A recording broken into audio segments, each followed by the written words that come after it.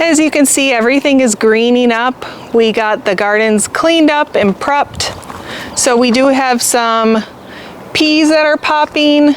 I planted my peppers, so peas, peppers, and then more peas, a couple herbs over in there. So this all is going to be stuff that I've grown this year from seed. So instead of, through contracts, I felt like we created this space last season and we could hardly share it, but now we'll be able to share it. As you can see, everything is basically complete over in this area now. We do eventually want to add little ornamental trees in the corner, but for this year, that's where we're going to possibly do our dahlias. So I'll have to get those staked. And then here's our garden room that we created. And I already planted our little garden room containers over here. So we have all kinds of nice little varieties in here. So what's unique about these containers is that they are on the north side but still get sun off the sides. So I have to basically create two different kind of containers in one. So one side for sun, the other side for shade. So that's kind of where we came in here with, off the front we're gonna do a potato vine. I love potato vines. They're simple, they're easy, no work, no fuss. And then we got some coleus right in there, which is also a no fuss. This one can handle shade while still providing color. We've got a cute little snapdragon coming off the end here. It's in a new flamingo color. We have a Lismachia over here and then a French quarters coleus in the back. So these ones get bigger than the one on the front. The one on the front stays smaller. The ones in the back get a little larger. So probably like, I would say about 2 feet, 18 to 24 inches. And then we have the banana tree in here. And we've got that new Kufia, the new purple Kufia color, which I absolutely love. It was just such a great performer last year, the pink one. So I'm hoping the purple's the same. And then over here, this one's called Tanami Blue. It's a new salvia for me here in the garden. So I'm also excited to see how this goes. So that's one cool thing is we're trying out a lot of new varieties intermixed in here. And then I put a giant pink here. This is from cuttings that I took. And then a Vista Paradise Super Tunia that will come down here. So you're getting all these vibrant tropical colors. And then I did add one of my tall blue planet ageratums down in here. So I keep kind of like trimming things to make sure it gets sun, because once it does grow, this will actually be a really beautiful tall height behind with little like clustered blue flowers sprinkled in the background. And I love that one. I use it throughout my gardens a lot. And it does attract butterflies a lot. I always see around it, so that's always a plus. That's always a plus. And this one on this side is exactly the same, but only flip-flopped because the sun comes over more on this side than it does on this side. So shade and sun. So that's how we kind of do these planters here. I finally have the garden room all cleaned up and ready for us to enjoy. We have our Noga mats out. I call them Noga mats because no yoga actually happens there. It's just like, we sit there, we talk there, we chill out there, it's just fun. Sometimes we'll stretch. Sometimes. And then, of course, we got the swinging chairs, because what kind of an oasis would this be without swinging chairs, right? But we had those since last year. And then I did find some fun, bright pillows. This year, I wanted to go bright and cheery and bring it to life even more. So I was able to get a few of these colored pillows into our budget. I'm still working on getting more plants in here, and we put one of our Heart of the Jungle Colocassias in a little pot there. But one of the things I always do is I put a waterproof little cover blanket over top of my cushions, so that way if it rains, I just remove that, let it air out, and that way my cushions are still dry, and that works out really well. It's actually just a little tablecloth on there, really. So, and it actually, when we got it this year, it came in really short. I don't know, I must have clicked the wrong dimensions, but hey, you know what? It'll be okay, it'll work. And of course, we've got our old lady curtains. What kind of a fun space would it be without old lady lace? I love it. It just has this beautiful flowing effect in here. It's just really nice. And we have a little bench right here because this is the pony deck. This is where Luna comes on up. So sometimes we just want to sit with her or by her. So that way we can enjoy her right here too. And then over here, I put my potting bench in here because I'm done with my potting bench in the greenhouse now, which is kind of crazy. But yeah, so I just kind of have it cute. We've got a cute little plant hanging there. That's actually from last year, and I just kept it nice in the greenhouse. And yep, so we've got a pretty little begonia over there. So we've already been able to enjoy this, especially on Mother's Day. So that was really nice. I put a little greenery up top above our little bistro table right here. And then I did do our little container over here on the end so far. And this is gonna just be bright and beautiful. So I did a canna in the center. I did a couple different coleus, so a bright one and a dark one, just because this is on a corner, so there's no dark anything here. And I feel like it'll make all of the bright colors really pop. Over here, we do have a brand new trailing verbena. This one is called Merlot, so this is brand new as well, so I'll see how that does. We do have some Bombay Scaevola over here. So this is the variety that trails really long. Scaevola is also known as the fan flower. Some of you may know it as that, but it gets tons of these beautiful blue flowers along the whole stem and in vines there. This petunia here is called Electric Lilac. It's a Durabloom. So this one's from Duman. So that's a whole nother company that also provides different varieties for container gardening. This is that Scaevola again. Over here, I just have like this little, like, it looks like a little sunset, doesn't it? Little petunia. So this is one of those that I also took cuttings on, so I really don't know the exact name, but I just threw in little plants here and there, along with, as you can see, some seeded snapdragons. Yes, that's a boatload of snaps there, right? But that's how I seed them. I like to seed them thick. When you save your own seeds, you are able to seed a little bit thicker, and that's actually half of the plug because I already divided it. It just kind of repeats itself, you know, and we put some of that tall blue ageratum in this one here too to have little blue sprinkles come out. But as those coleus get big, they'll fill in this whole space and everything else will be forced to be drawn outward.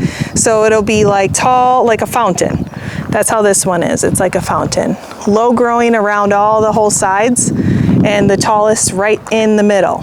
So we decided to put up our old veg pod container, growing little thingy that we have. And I really wanted to use this for things that you seed start and then you harvest very quickly, such as like beets, spinach, radishes, lettuce, because it also has like this little thing that can come over it to protect it from when it gets too hot in the sun. This is also where I'm going to put my carrots because it's going to be super easy to just kind of keep them over in a space where they can be, you know, harvested a lot easier. So this will be like the whole snack section of things that can grow and be harvested very quickly.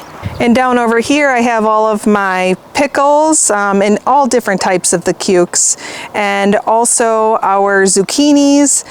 So yeah, so we've got a lot of those, and I like to grow those along the edges because then what happens is they trail off the side and have all of this space to just spread out and grow. So that's what's really nice, because then it keeps your food off of the soil so it doesn't spoil. And this is Selah's area over here with her little ducks and chicks. We are done planting a lot of her stuff over here. So we've got her cute little window box that we do every year. So this year we went with the Scaevola. We went with violet sea geraniums because they get super pretty. They're so vibrant, we can't even pick it up on the camera. I went with one of those pink kufiyas, a couple little snapshot snapdragons because they don't get super tall. Another one of those little like yellow trailing petunias that I took cuttings of, and then we have a really pretty pink trailing verbena over here on the side. You can only fit so much in this box because it's not as deep and wide as our other window boxes, so I don't want to be watering this thing 20 times a day once, you know, end of July comes. So the more you put something into a container, the more it's going to get root bound, and you just have to decide if it's going to be worth watering it that amount of times during the summer when you're planting it. Sometimes that helps me with my overstuffing. And then over here we've got some other little fun things in Selah's container down here. This one's going to be really bright. It's showing off a little bit, but not to where it will be eventually. So we do have some of the white bacopa down on the bottom. Selah likes adding in accents of white. She feels for her eye that it breaks up a lot of color to add the white, and that is true in design. I'm more of someone that cuts the white out, but she loves that, so we wanted to choose varieties that she liked, so these are the ones she picked out. She also has a trailing pink verbena over in this container as well, just so that way it follows and plays along with the window box over there. We added in a little trailing coleus over here that's just starting to get started. We added that beautiful purple kufia and a white dragon wing begonia over here. And we also added a little canna, not a little one. These cannas actually get 3 to 4 feet.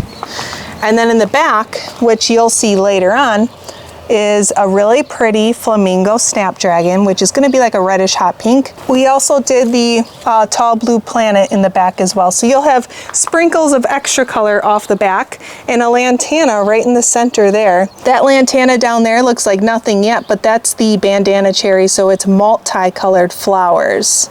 And then a cute little trailing petunia. And her container over here basically mimics the other one with a lot of the same varieties, but instead of the canna in the back, we did Heart of the Jungle calicasia, so that will get nice and tall and large over here.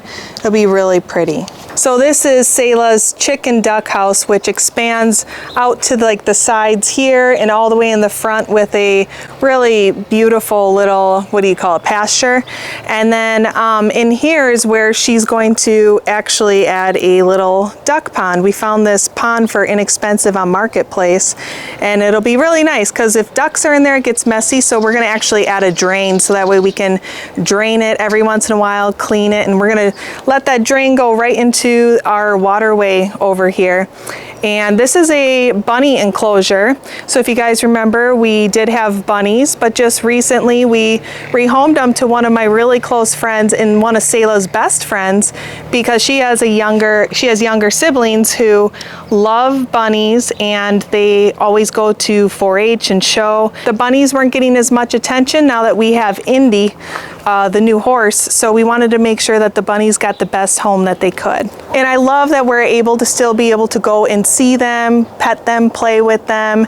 So we're really happy with, you know, the home that they went to and how much attention they're getting right now. So it's really amazing to see them really adjust very well where they're at. Some of my favorite spring perennials are bleeding hearts. I just love how unique and dainty they are, but yet they are so hardy that they can handle this cold weather. And look how gorgeous they look paired with those hostas. The hostas just started popping because they've been loving this warm weather to push them through that cool ground that we had all winter, but I just love them. They're just so unique. So this area, I'm sure you guys remember because it's been showcased in a lot of idea catalogs, magazines, stuff like that. So we've had this area for 5 years now, but this year we are actually going to be removing the boxes because now that we have the garden room, this space isn't getting used as much for a sitting space because it is super hot over here. It's facing southwest, and as you can see, there's nothing to shade it. I guess we could add an umbrella. But we aren't going to go that route. We're doing something completely different, something that will be useful for us here in the garden.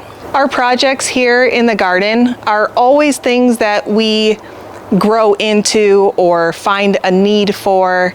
So for us, we're going to be turning that into something unique, and we'll share it along the way, because I don't know if we're really going to get to it or not this year, because there are a few things that we need to do for the animals. But if we do, I'll share that. But if not, then we'll share it when we do it in the future. Over here, we've got our raspberries popping up. They're looking super good. I feel like I just trimmed them back a month ago, and they're already like doubling in size and looking absolutely amazing. So that's a really good thing, because we eat off of these all year. We love the Ann variety. I think it's Ann. If I'm wrong, please correct me. But it's a golden berry, and it tastes better to me than a red raspberry. But we do have some little red ones in there as well, like the heritage variety that's super hardy for our zone. And then over here we have some strawberries. I always forget the variety of strawberries I'm planting here, because I feel like we've switched our strawberry varieties quite often because we've had issues, or they weren't super like what we thought they were, or I mean, all those things. But yep, we're just going to kind of pay a little bit more attention to the strawberries to make sure that they produce and perform the way that we would like them to. We usually get a couple bowls of strawberries out of here, and then snacking strawberries for a few months after. But we do have June bearing in here, which means they produce right now in June. Not right now, I wish it was June, but they produce in June for you, and that's usually it. And then there's also ever-bearing strawberries. Ever-bearing are berries that produce for you all season long. So the thing about ever-bearing strawberries is most of the time, majority, they are a smaller berry. So you usually get a larger berry from the June bearing, but that's not always true now that they are creating new varieties and everything like that. But so the garden is shaping up very nicely.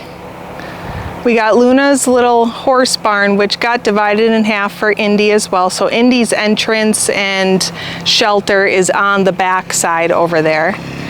And then, oh, they're cruising today. And then this is the dry lot here, and we have a pasture out there for the horses, but we have to make that bigger now that the ground can get posts in it. So this garden over here by my husband's brother's tree, when he passed away, we planted this tree. Actually, this is the second tree we planted because the first one died. And we planted it in honor of him and in remembrance of him. And when this tree wasn't doing well, I started researching different ways and learned about comfrey planting around the tree and how it aerates with their deep roots, and it draws nutrients up to the tree. And so we planted some around the tree like 3 years ago, and I swear this tree has turned into the most beautiful tree. I always say the comfrey saved this tree. It's amazing. So we're very grateful for that. Last year we added a few little miniature shrubberies over in here along the pathway, and those are turning out really good. Those don't get super huge. They're only like 1 or 2 feet in width by the time they are full grown. And then here we never got to finish our path because when we went to go get more stones like that, little stepping stones, they were all sold out. And so I'm like, well, I'll wait till next year, which was last year, and they were sold out. So we're gonna have to go again this year and just see if we can find something just to finish this off, because this is really shaping up nice. This garden doesn't look like much now, but this garden is huge. Give it just 1 more month and this thing just flourishes. There's tons of large varieties in here too, like Baptisia, the hibiscus perennials. Even this past year we added some hydrangeas, but these are smaller types of hydrangeas, so they're not going to like overpower the whole area or anything like that. So we have a lot of like little random things. Everything's just starting to really come up, and I always feel like this garden is one of those that takes almost like forever to like get going, but once it gets going, it's just like it can't be stopped. It's gorgeous. And then another view so you guys can kind of see how this layout is. So the reason for the wide pathways too is so that way we can kind of come in through there with the ranger for work. And this is also a pathway for the kids and all the cousins to ride through. Riding through the garden is just something that's so fun. I'm always a fan of those cute little tight, quaint and quiet walkways, but our garden just isn't that at this point in time in our life. It's loud and it's fun and it's energetic, and we got to kind of, you know, we have to just provide for that ambience at this time in our life. And I feel like the kids have become more involved in the garden and the design of it, and being excited for certain projects because it's geared towards like what they're into at this time or what they're interested in, and what they're studying, all of that kind of stuff. So I really just try to create the garden to be really our educational space, our fun hangout space, our cooking space, our eating space and relaxing space, all of that stuff. I mean, these hanging chairs here, yeah, they look really relaxing, like, oh, I could just be in like this little hanging hammock. Well, the kids go crazy on those. They whip them around. I gotta actually always end up moving that table away so they don't hurt themselves. And I mean, it's always the good kind of chaos, you know? But that's what I love about the garden. And you know, this wasn't done overnight. We've been creating this for 10 years now, and it's been quite the journey. And I wish we could go and make things even more quicker, you know? But everything comes down to budget and energy, because we're doing these projects ourselves unless there's things where we need help on it. Like we got help building the garden room, but we always use the same person that helps us with little things that we're unable to, you know, do because they're so skilled at their job. So, you know, there's just sometimes you do have to call people in, but for everything else, Jason and I have worked really hard all these years to create the garden, and I don't really know what it's going to end up becoming and being, but I have felt called, I have felt led to do exactly this in this moment, and building these gardens from the time that we moved here. And I'm going to continue to do that, and that was really our ultimate reason for starting our YouTube channel, was just to document the building of our gardens and expanding it and adding animals one day, which we started doing now. And I really feel like I would love to host events here, workshops, and not specifically like taught by me. I would love other people who host and teach workshops to be able to come here and host their workshop, do their workshop, or even, you know, anything, any type of therapy or tea time, or, you know, something fun. I just really, I just see it going somewhere. I don't really know exactly the specifics, but I'm always feel led to continue to create, and I'll continue to create. So between creating here and raising my kids and homeschooling them, and designing for our home building company, you know, I feel like I've got my plate full, so I try to come onto YouTube every chance I can get, and I'm hoping it'll be more often. So I really enjoy all of you guys, and I really appreciate all of you guys, and I love reading the comments, and we just really appreciate everything that this channel has been able to provide for us as well, because the channel has allowed us to continue to grow the gardens, because without the channel we wouldn't be able to have a budget to grow constantly and do something new to be able to share, and also to eventually open up or do something unique here. So thank you so much for watching today, you guys, and I hope you have an amazing rest of the week and weekend and growing season, right? There we go.